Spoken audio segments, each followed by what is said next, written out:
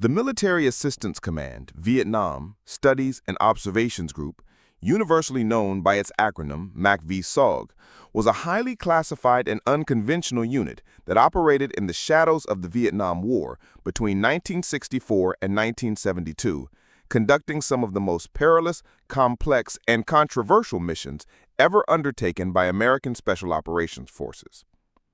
At its surface, the name suggested a benign advisory or research body, but in reality, it concealed a covert joint task force composed of elite soldiers drawn from the U.S. Army Special Forces, the Navy SEALs, the Marine Corps Force Recon units, the Air Force, the Central Intelligence Agency, and a host of allied personnel, including South Vietnamese commandos, Montagnard tribesmen skilled in jungle survival, Cambodian and Laotian fighters, and even covertly recruited ethnic minorities from across Southeast Asia. The unit's mission portfolio was vast and ambitious, ranging from deep reconnaissance missions across enemy lines into Laos, Cambodia, and North Vietnam, to direct action raids, sabotage of logistical infrastructure, insertion of hidden sensors, prisoner snatches, rescue of captured personnel and downed pilots, psychological operations designed to demoralize the enemy, and intelligence gathering of strategic importance. Many of these operations were illegal under international agreements, as they violated the neutrality of Laos and Cambodia. Yet the need to interdict the Ho Chi Minh Trail, the lifeline of supplies feeding the communist war effort in South Vietnam, was considered so vital that these secret missions were authorized at the highest levels of the U.S. government. The operational environment faced by MACV-SOG was unforgiving. Teams were often composed of only a handful of American Green Berets or SEALs, supported by larger groups of indigenous fighters who brought invaluable local expertise, but whose loyalties sometimes had to be constantly tested, since infiltration by enemy agents was a recurring problem. Missions required stealth above all, as the North Vietnamese Army deployed entire battalions of counter-reconnaissance troops whose sole task was to hunt down SOG teams.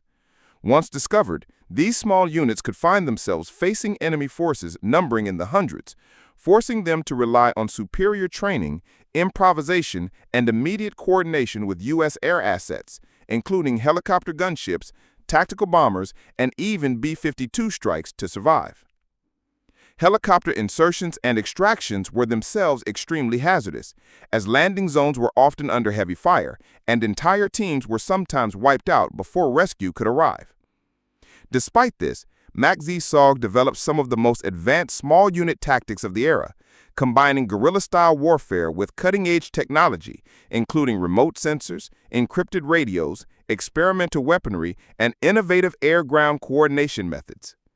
The psychological burden on the men was immense. Not only were they operating in environments where capture meant certain torture and death, but they also knew that their missions were officially denied, meaning that their families and even their fellow servicemen in other units would not be told the truth if they disappeared. This secrecy was so strict that even within the U.S. military, very few people had access to details about SOG missions, and the unit operated in almost total isolation from the conventional war effort. Yet the soldiers continued to volunteer, often serving multiple tours, motivated by camaraderie, duty, and a sense of belonging to a unique fraternity of warriors who tested the limits of endurance and ingenuity. Although MACV-SOG could not ultimately alter the strategic outcome of the Vietnam War, its impact was nevertheless significant.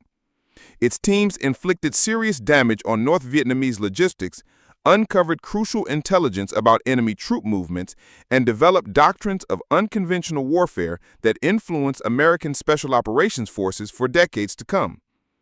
The unit's experiments in cross-border raids, real-time intelligence gathering, rapid air-ground integration, and the training and employment of indigenous proxy forces anticipated later conflicts in Central America, the Middle East, and beyond, making SOG a forerunner of modern U.S. Special Operations commands.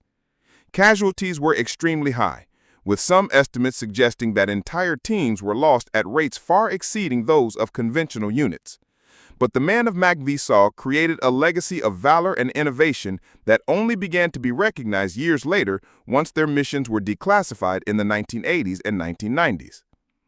Today, the reputation of MACV-SOG stands as a mixture of myth and reality, shrouded in secrecy yet admired for the extraordinary courage of their operators. Veterans who once swore silence have since revealed stories of near-impossible missions, desperate battles against overwhelming odds, and acts of heroism that long went unacknowledged. What emerges is the portrait of a unit that embodied the very essence of unconventional warfare. Small groups of men operating in hostile territory, guided by secrecy, ingenuity, and determination, accomplishing feats far greater than their size might suggest. In the broader history of the Vietnam War, MACV-SOG represents both the ingenuity of American special operations and the tragic cost of a conflict fought in the shadows, where sacrifice was immense and recognition was often denied.